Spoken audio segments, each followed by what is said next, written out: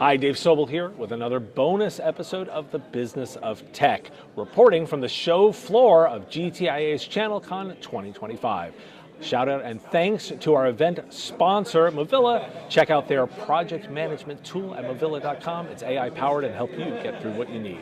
Joined by Dan Wensley, the new CEO of GTIA. Dan, welcome back to the show, but first time in the new role. Thank you, Dave. It's great to be here, and thanks for joining us here at ChannelCon. Well, I'm excited. You talked about a bunch of different things. Let's start with the possible. But I want to actually ask a little bit of a question, like, what's the one thing that GTI can become that it isn't right now that you think is important to work on as part of the possible? Bigger. Okay. I think we can be, I've been a member of this association for over 20 years myself. I've been at every ChannelCon during that period of time, and it's given us so much to both my career, me personally, the businesses I've operated on. But one thing that is the biggest benefit is the voices, is the conversation. If we can expand the conversation, that only adds more value. So whether that's global or in pure numbers here in this community in North America, I think bigger is the one thing that we can do differently than has been done traditionally. So I'm going to go right there because you brought up the number, and I actually, you announced on stage that it's 2,412 members. And I will say, I was actually surprised that the number is as low as it was, particularly based on the profile, the number of communities you have.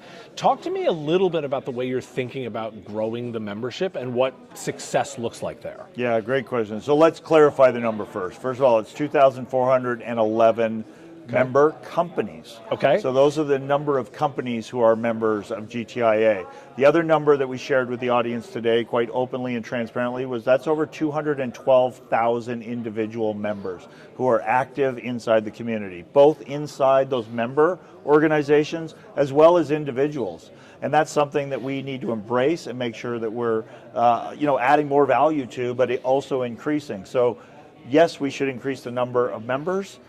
By company, we should also increase the number of individuals who are active inside the organization. So we're metrics guys. Let's talk about the first number, and I want to latch onto that because if I compare that against, say, Microsoft's ecosystem, which, by the way, should include everybody in the technology industry, based on they're preach numbers of 300,000. We can go to lots of other communities. Like, if we're using that metric as a number, give me a little bit of a sense of like what you're kind of thinking growth looks like over the next, say, 12 months. Well, the TAM, the total addressable market opportunity, is certainly on the right side of the bow tie. The IT service provider themselves, Dave. Mm-hmm. The majority of our 2,400 member companies are ITSPs, but there's so many more. We know what that TAM number is on a global basis. So one of the areas of focus for us is how can we ensure we're communicating the value of membership in GTIA to the ITSP community and bring more in as members. Okay, let's ask the question. What is the value of why someone should join the organization, particularly an IT service provider? So today, a couple of areas. One is the resources. There is an incredible amount of resources done by subject matter experts inside GTIA, inside our membership, whether it's AI, whether it's IoT, whether it's managed services. Some of the advisory councils you and I shared and joined together years ago, they're putting a phenomenal amount of content and research driven by the member out to the community, but not enough ITSPs and MSPs are taking advantage of that. So we need to do a better job not creating content, but actually making sure that content is promoted, marketed, and shown and taken advantage of by more people. And I know you've embraced the idea of IT service provider, IT solution provider over MSP. Talk to me a little bit about the choice of wording there. MSP is ITSP, but ITSP is more than just MSP. There are solution providers, and when you look globally, Dave, even ITSP is being challenged in the DACH region, for example, right? But we're just talking about those who are providing IT services to end users, called the right side of the bow tie. Left side of the bow tie, the vendors, the distributors, the associates, the press, the media, everybody else who's not directly providing IT services to an end user, left side. But on that right side, ITSP, IT service provider of any kind, any shape, any definition is in that bucket. So you can use VCIO, you can use MSSP, you can use MSP, but under the broadest umbrella, IT service providers seem to fit. Gotcha. Now, I like you talk about it in terms of the bow tie. You've also identified that we have more growth to do on one side of the bow tie. But I would also make the argument that the vendors typically dominate a lot of the conversation. How are you thinking about framing governance and the way you run programs to make sure that they are not dominating the conversation? Well, the interesting part, being a vendor for 30 years myself, I've been on the left side of the bow tie, working with the right side of the bow tie, the ITSPs, for 30 years, tens of thousands of partners. So I know how important that conversation is, that we're not dominating on the vendor side. They actually need, require, desire, and benefit from having these community conversations with their potential customers, their partners in the MSP community. So our platform, our opportunity on the community side is to bring them together to collaborate. How is AI going to impact the operation of an MSP? What can the vendor community be doing inside their current products or new products to support the MSP? That can't be done in a vacuum. GTIA is the place to come and have those conversations. I also wanted to ask about the choice of the word channel. And particularly, I mean, you're talking about the bow tie model. Yes. But if we're both Jay McVane followers, right? If we look at Jay's approach and thinking about much more an ecosystem and influencer, it's a lot less of a linear relationship and much more of an ecosystem. But you had the opportunity to refresh the vision and the mission statement, and you put channel right into it. Talk to me about that choice when there's pressure and thought that it's actually moving to more of an ecosystem model. Yeah, so community is an ecosystem, association is an ecosystem model. I'm not one to throw out terms or use new terms just because.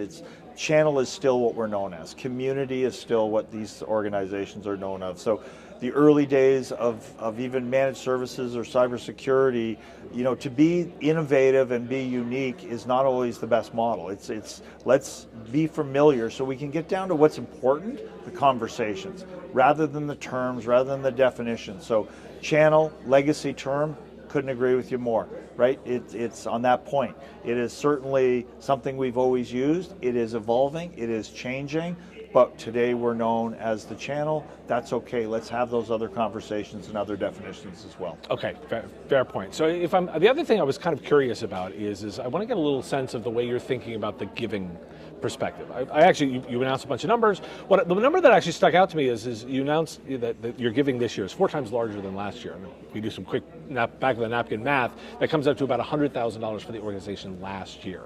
Kelly on stage said, giving is baked into our DNA.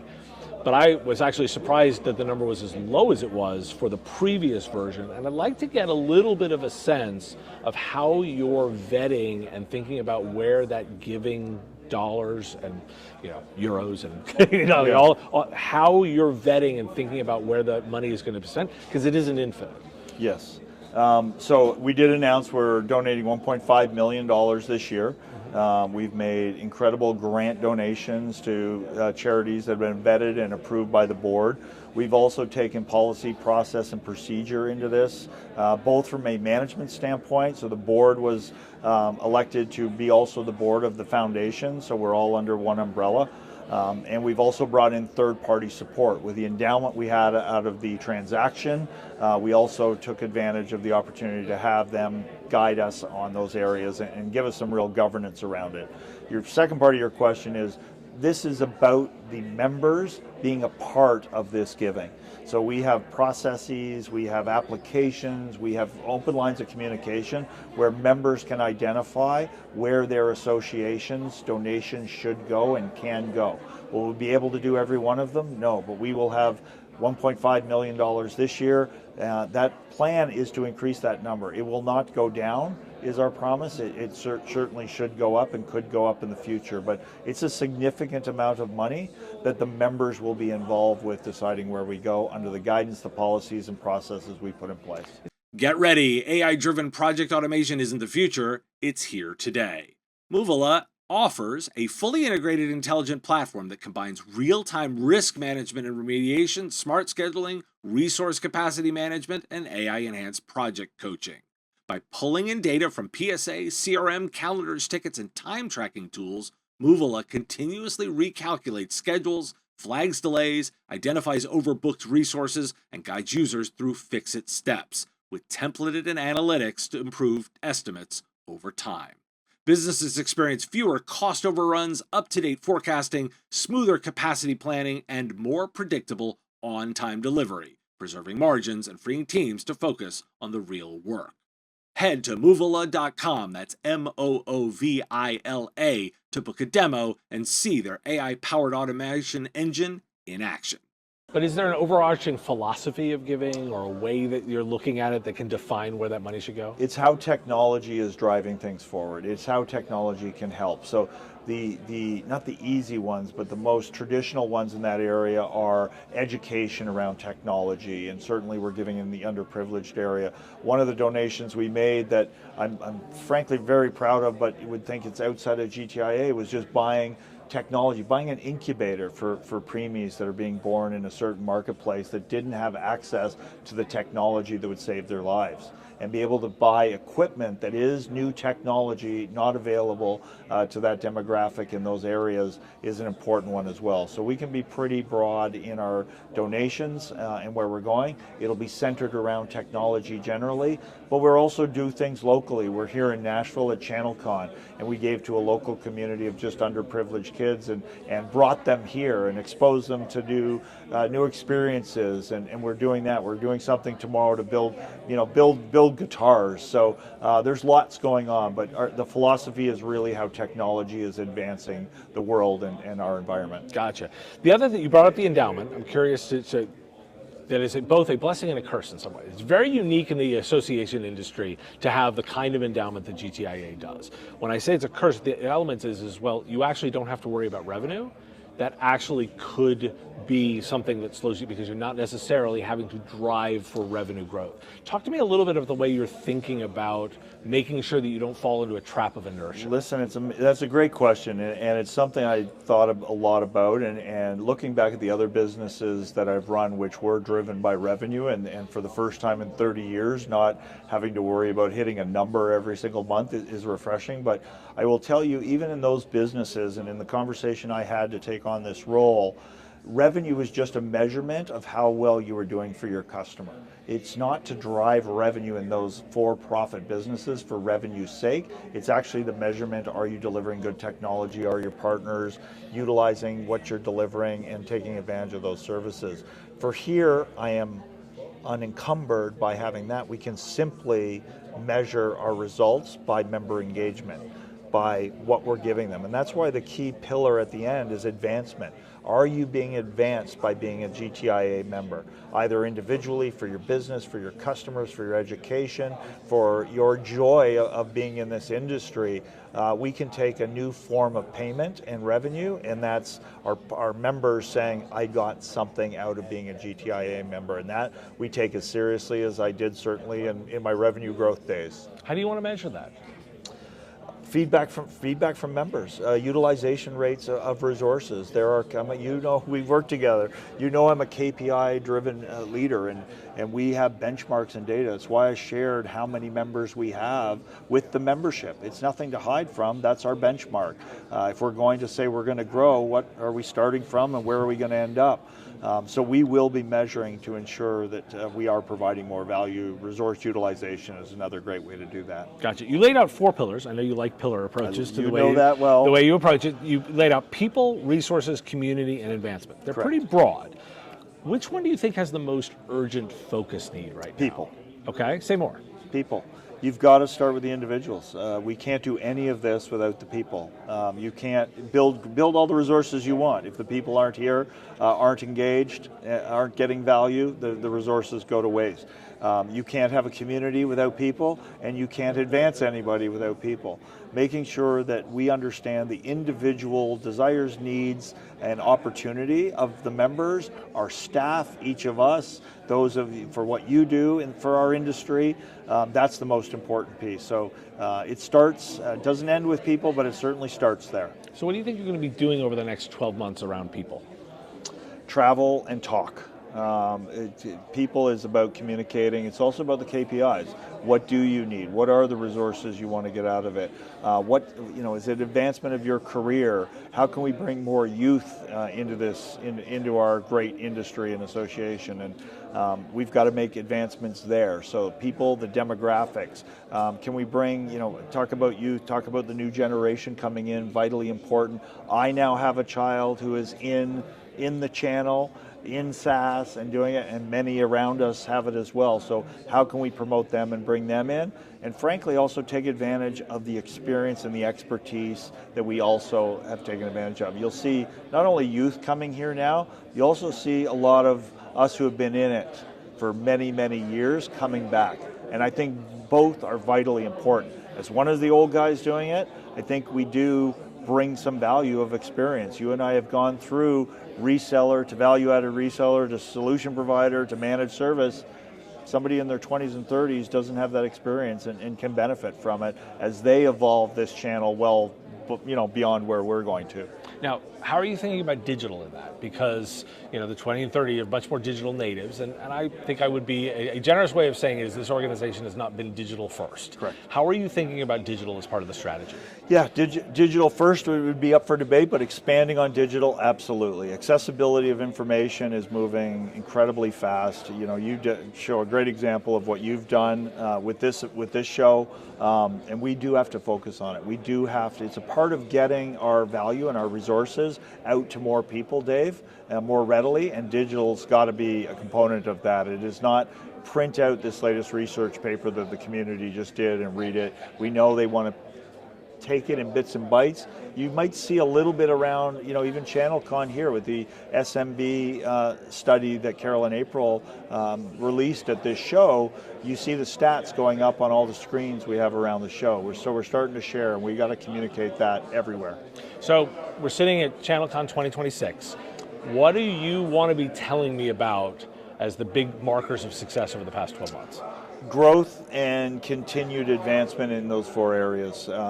New resources that we're bringing to market for the members, an expanded community, and more about expanded two-way communication inside the community, that we're bringing in more folks. We've got you being here, doing this for us. We want to expand on that. So expansion in all of those 4 areas of those pillars.